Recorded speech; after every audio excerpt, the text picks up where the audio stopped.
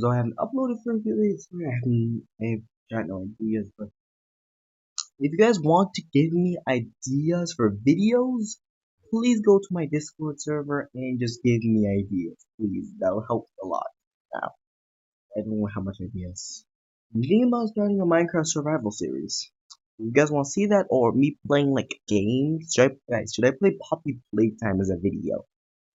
Tell me in the comments down below. So yeah, we're watching denerocity called Scary Stuff. Come down what you guys are afraid of. Me is spiders.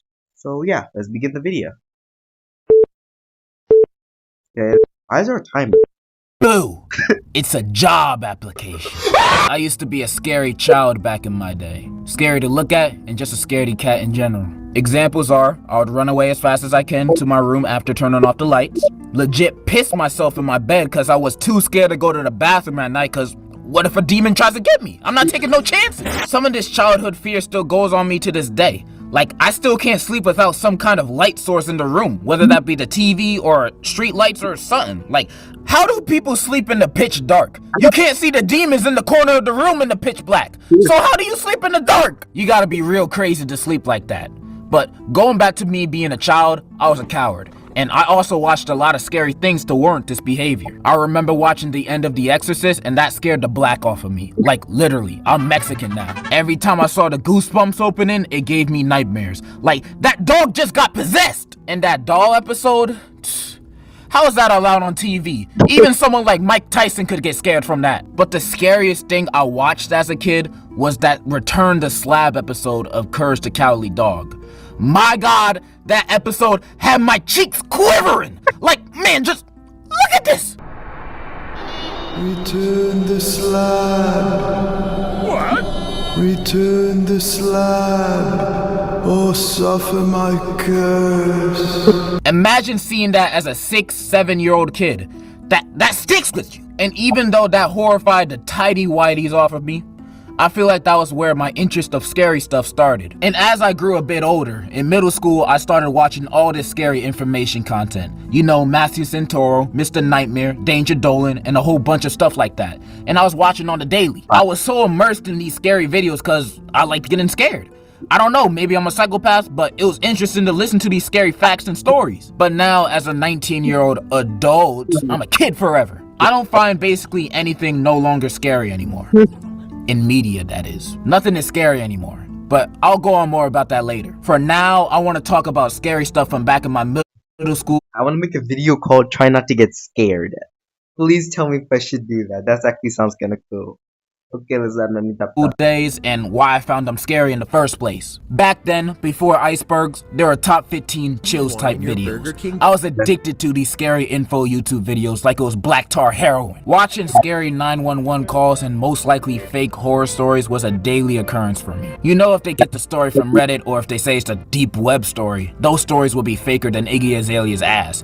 But me back then, and me now, would eat that up, fake or not, cause the stories were scary. Like Llama Arts and Mr. Nightmare story times used to scare the hell out of me. They made me so afraid of the deep web, and I would stay far away from it. Mainly cause I didn't want my computer to get a million different kind of STD viruses.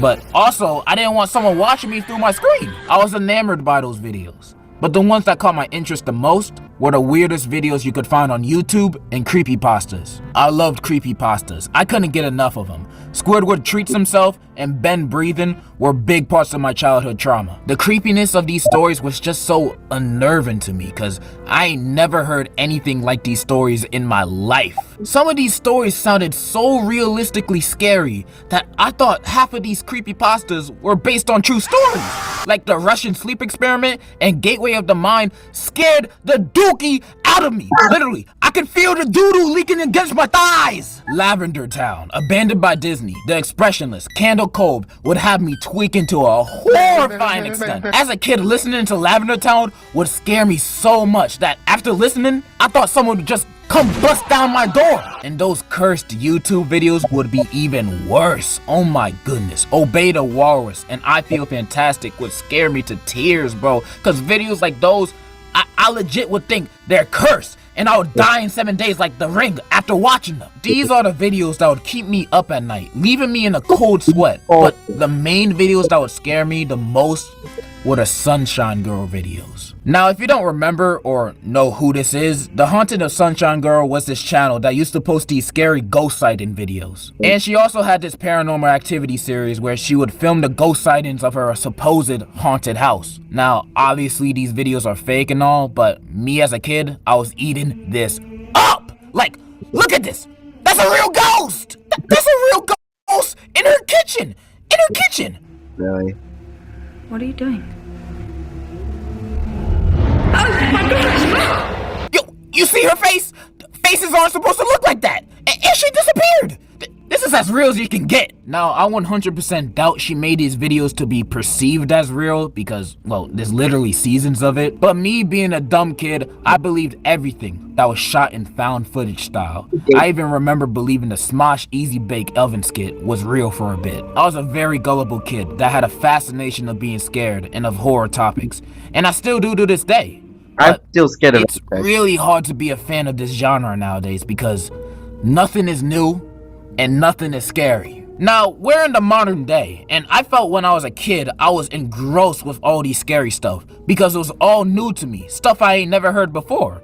But today, there are no new topics of horror to discuss other than these TikTok horror stories. People have been talking about the same stuff for years. Like, how many times do I have to hear about Don't Hug Me, I'm Scared and Blank Room Soup being scary?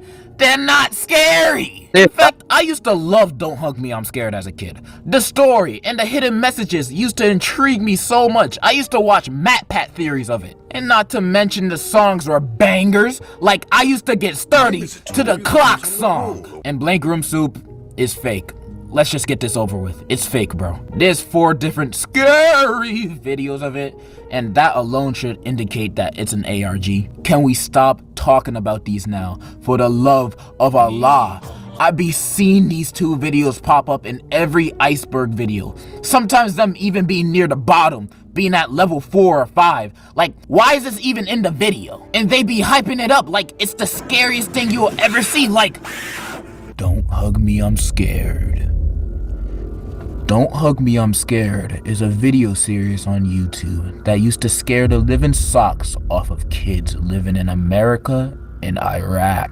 The series starred puppets doing weird things, so weird that it makes you think the puppets are real people in need of help.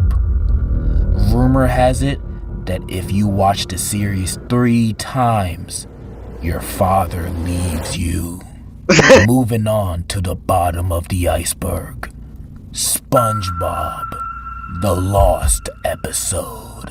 Like, what the hell is this guy talking about? Who above the age of 5 finds this scary? Half of these horror iceberg videos are the biggest waste of time because they just be copy and paste of each other, with maybe something being in a different place this time. Like, none of this is new or scary. Hearing about a fake banned episode of the Rugrats isn't scary. Come to think of it, most creepypastas are pretty much just fan fiction. Jeff the Killer was such a stupid one too, but it had me shivering my timbers when I first heard it. Maybe it's just me, maybe I'm growing up, but combined with no new horror content, horror movies aren't scary anymore. Like, none of them. I honestly don't remember the last time I was scared of a horror movie recently. I'm not gonna go too deep in horror movies because I low-key want to make a video on them. So I'm just gonna say, jump scares aren't scary.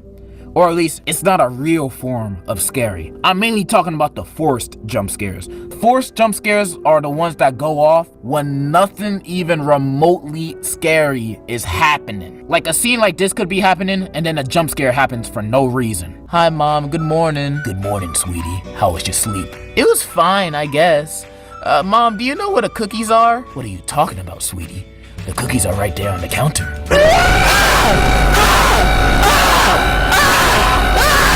Yeah, happening. Something like that. Outside of all the stuff I've spoken about this whole video, there's only one form of media that continues to consistently scare me to this day. Horror games. Not analog horror games, that shit is goofy. Horror video games are the only thing that be scaring me nowadays. And the reason why I think that's the case is because scary video games are way more immersive, than any other form of horror because you're in the experience yourself. Besides those haunted houses that make you sign a waiver before you go in, I'm never going to those things. They literally torture you. When playing a horror game, as soon as it starts, you're already on edge. Because in almost every horror game, something is chasing after you as soon as you hit the start button. Then you gotta think quick. You have to accomplish the objective as fast as possible before this person or thing kills you. That's why I find horror games scary. Even in the low quality ones like Granny, I would still get scared. Even though Granny looks like garbage, but best believe when I see her when playing it,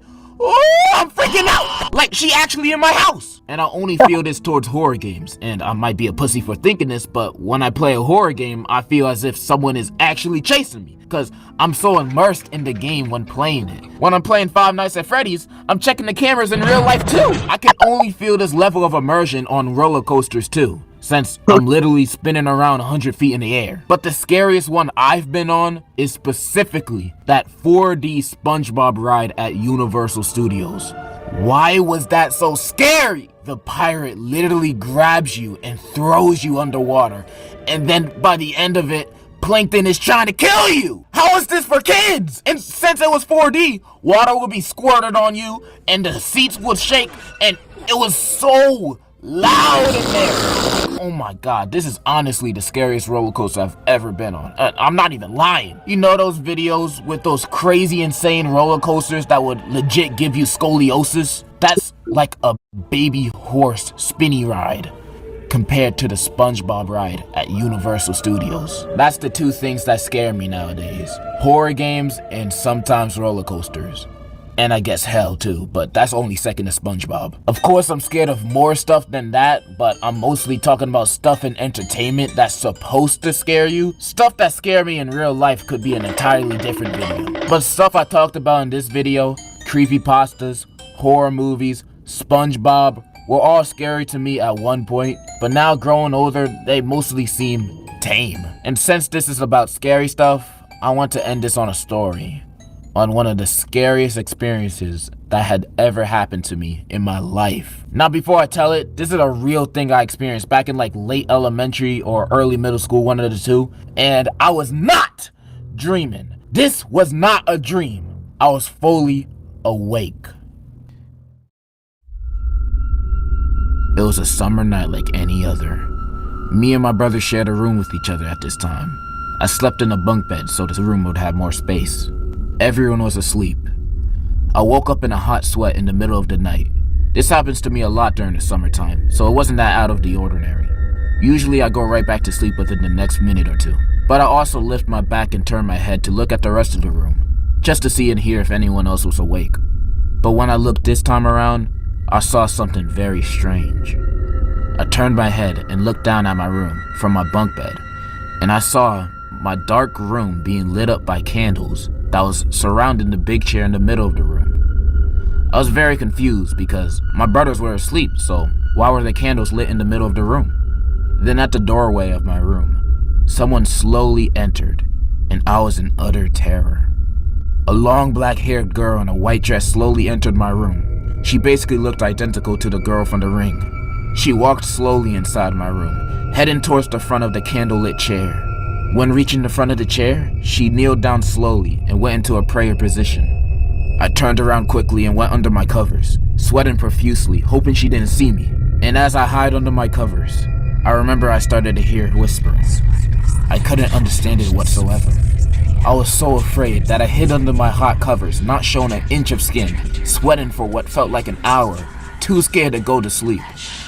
The whispering soon stopped, but I was still too scared to go to sleep or leave my covers. I eventually ran out of steam and I forced myself to go to sleep, hoping she was gone. I closed my eyes and hoped for the best. The next morning I woke up. I instantly turned around to get out of my covers to see if anything from last night was still there. Nothing. No candles and no girl. It was like if they were never really there. But that night spooked me so much, I didn't tell any of my family about it until 2 years later when I told my mom. She just said I had a bad dream. But it wasn't a dream. I was awake the entire time. Now, as I get older, I'm starting to think maybe I was hallucinating. You know how when you first wake up, you see things like thinking a coat in your closet is a person? Yeah. But I know I wasn't dreaming. And I also stared at the girl and the candles for a long enough time that it sometimes makes me doubt I was hallucinating. I don't know though. I'm kinda weirded out. Leave a comment of what you think I saw that night, or if you have any similar experiences like I did. I'm very curious to read them. Also follow the stuff in the description. And in conclusion, push these niggas off me like Why did he do that? I guess I'll see you in the next video. Please give me ideas. Bye. Have a great Christmas. Bye, guys.